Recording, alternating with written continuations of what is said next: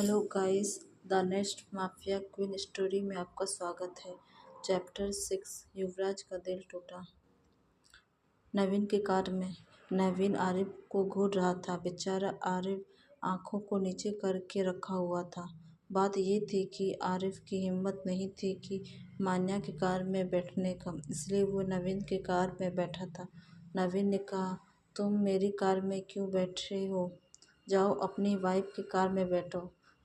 आरिफ ने घबराते हुए बोला, नहीं नहीं, मैं वो भी मैडम की कार में। अभी जो मैंने किया उसके बाद मैं उनके सामने कभी नहीं आऊँ।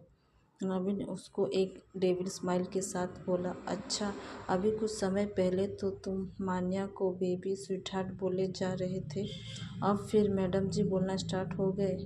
आरिफ ने जल्दी से हाँ में सर हिला दिया।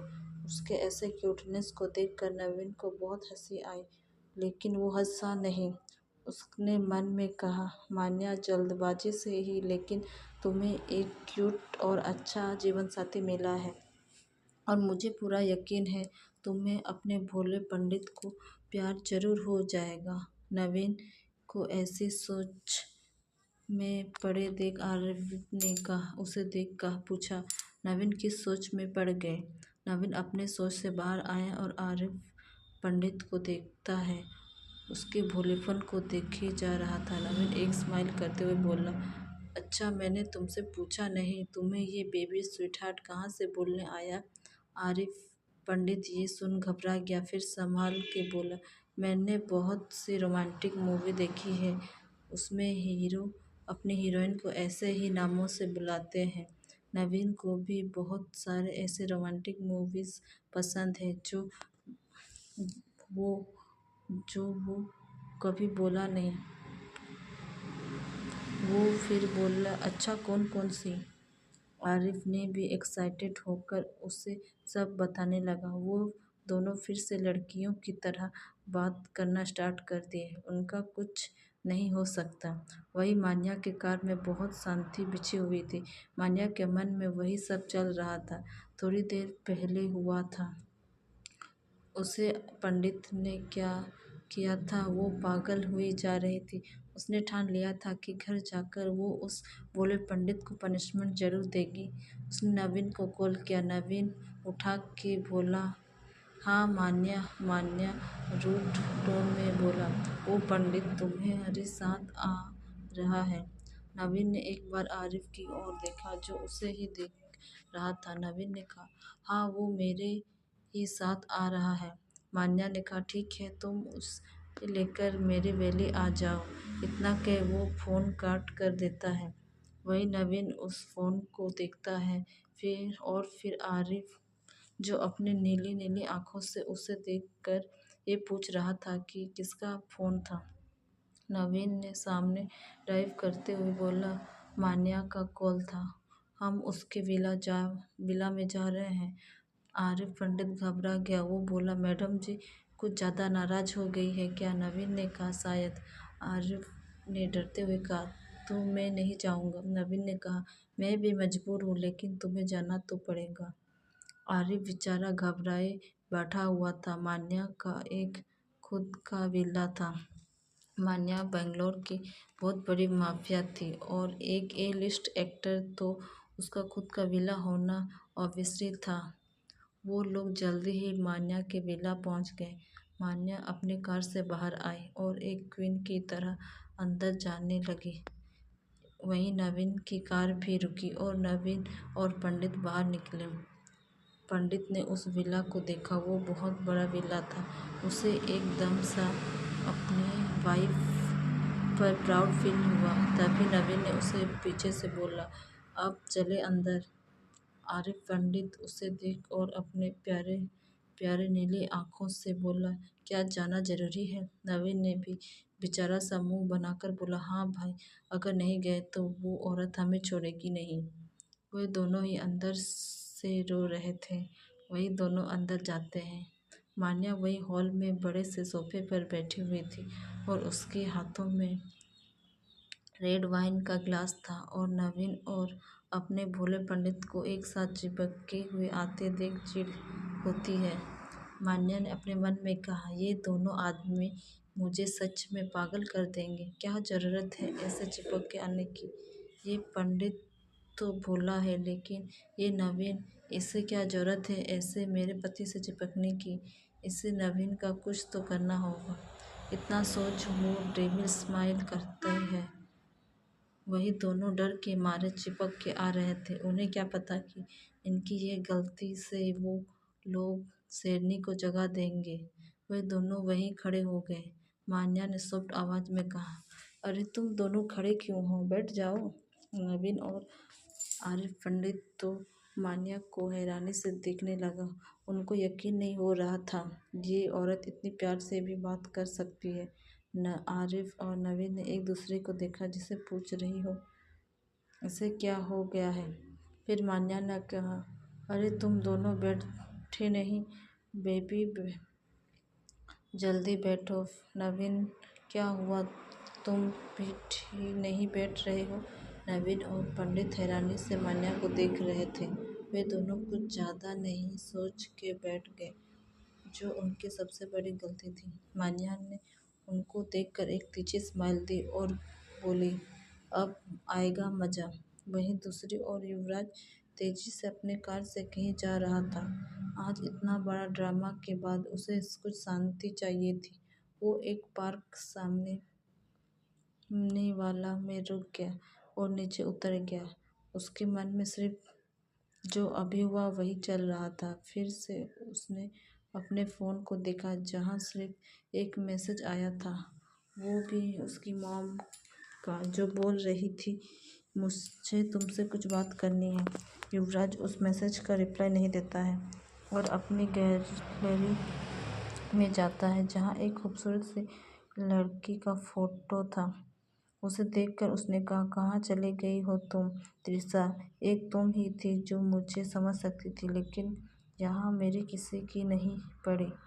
इतना बोल वो रोने लगता है और एक बार फिर से त्रिशा को कॉल करता है। ना जाने उसने पिछले 2 दिन में कितने बार त्रिशा को कॉल कर दिया था, लेकिन एक भी बार त्रिशा ने नहीं उठाई।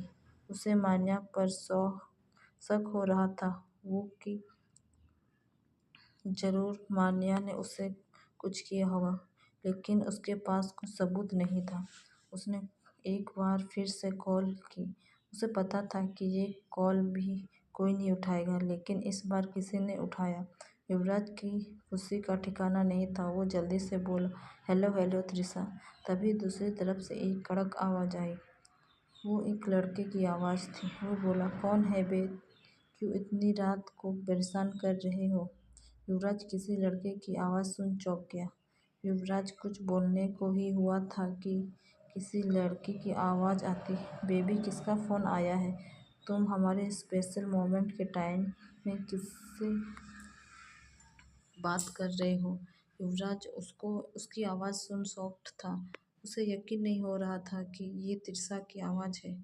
तभी एक लड़का बोला, सॉरी बेबी, अभी आता हूँ। इतना बोल उस फ़ोन से अजीब अजीब आवाज़ आने लगी। युवराज आज पूरा टूट चुका था। उसे यकीन नहीं हो रहा था कि त्रिशा उसे धोखा दिया है। वो अब और नहीं सुन सकती थी। उसे त्रिशा से कोई अपने फ़ोन फेंक दी और ज़ोर से चिल्लाई, त्रिशा। इतना बोल वो उठने के बल बैठ गया। उसकी आंखें लाल हो चुकी थी। उसे बदला लेना था उस त्रिशा से, जिसकी वजह से वो सब हुआ था जो उसकी ज़िंदगी में कभी नहीं होता। उसने कार के बोनेट में बैठकर बियर पीने लगा। तभी आज उसकी लाइफ का सबसे खराब दिनों में से एक था। वो बोला, ओह गॉड, क्या गलती थी। मैंने आज तक अपनी मॉम की सारी बातें मानी, अपनी गर्लफ्रेंड त्रिशा को दुनिया की हर खुशी देने की कोशिश की, लेकिन क्यों क्यों गॉड मेरे लाइफ में मुझे कोई प्यार नहीं करता? क्यों सब मुझे यूज़ करके छोड़ देते हैं? त्रिशा से मैंने कितना प्यार किया, लेकिन उसने मुझे धोखा दे दिया। उसके एक कदम की वजह से मेरी ज़िंदगी बदल गई। हो गई मेरी शादी एक ऐसी लड़की से जिसे मैं जानता नहीं। जानने की तो बात छोड़ो, कभी देखा नहीं। मेरी लाइफ में मुझे प्यार करने वाला कोई नहीं है। ये सब बोलते टाइम उसकी आंखों से आंसू निकलते जा रहे थे, लेकिन अचानक ही उसके चेहरे पर एक स्माइल आ गई। वो बोला, बहुत हो गया मेरा यूज, आज तक ये सब लोग मेरा प्यार देखे थे, अब आज से नफरत शुरू होगी। युवराज मन्नान की नफरत, जिसे सब राख होगा, चाहे उसकी माँ ही क्यों ना शामिल हो। इतना बोल वो हंसने लगा। तभी जमीन में पड़ा उसका फोन बजा, जहाँ केसर का नाम शो हो रहा था। केसर मन्नान विला का एक नौकर था। वो सालों से मन्नान विला में काम करता था। युवराज किसी से बात करे या ना करे, केसर से जरूर बात करता था, क्योंकि वही एक था जो उसके बारे में खैरियत रखता था, वरना किसी को पड़ी ही नहीं थी युवराज की। युवराज का फ़ोन टूटा नहीं था। ऑब्वियसली उसका फ़ोन कोई आम फ़ोन तो नहीं था। युवराज ने अपना फ़ोन नीचे उठाया और कॉल का आंसर किया। बोला, हाँ केशव काका। केशव ने कहा, युवी बेटा घर आ जाओ, आपकी मॉम आपके लिए चिंता कर रही है। युवराज ये सुन उसके होठों में फीकी सी स्माइल आ गई। उसकी मॉम को उसकी चिंता हो रही है, ये कोई मजाक से कम नहीं था। युवराज ने कहा, मैं आ रहा हूँ। इतना बोल वो फ़ोन कट कर देता है। उसने अपना पूरा शराब की बोतल ख़त्म करता है और अपने असिस्टेंट को बुलाता है। उसका असिस्टेंट का घर वहीं उसी पार्क के पास था, इसलिए वो उसे बुलाता है। उसके असिस्टेंट ने उसे घर छोड़ देता है। तभी युवराज ने अपने असिस्टेंट को कहा, दिनेश सुनो। दिनेश ने कहा, जी सर। युवराज सीरियस टोन में, मुझे मान्या मन्नान के हस्बैंड के बारे में इंफॉर्मेशन चाहिए, जितनी जल्दी हो सके। इतना बोल वो कार से उतर जाता है और पीछे दिनेश शॉक्ड होकर युवराज को जाता देख रहा होता है। ऑब्वियसली युवराज ने कोई नॉर्मल बात तो नहीं की थी। मान्या द माफिया क्वीन की शादी हो गई और उसे खबर भी नहीं है। ये सोच सोच उसका दिमाग पागल हो रहा था। रात काफ़ी हो चुकी थी। उसे पता था कि केशव ने उसे झूठ बोला कि उसकी मॉम चिंता कर रही है। वो पहले जानती था कि उसकी मॉम आराम से सो रही होगी और बाकी सब सर्वेंट क्वार्टर्स में होंगे। वे सब सोच युवराज के चेहरे पर एक फीकी स्माइल आ गई। युवराज सीधे अपने रूम में गया। उसने देखा रूम लॉक है। वो बहुत ही नशे में था।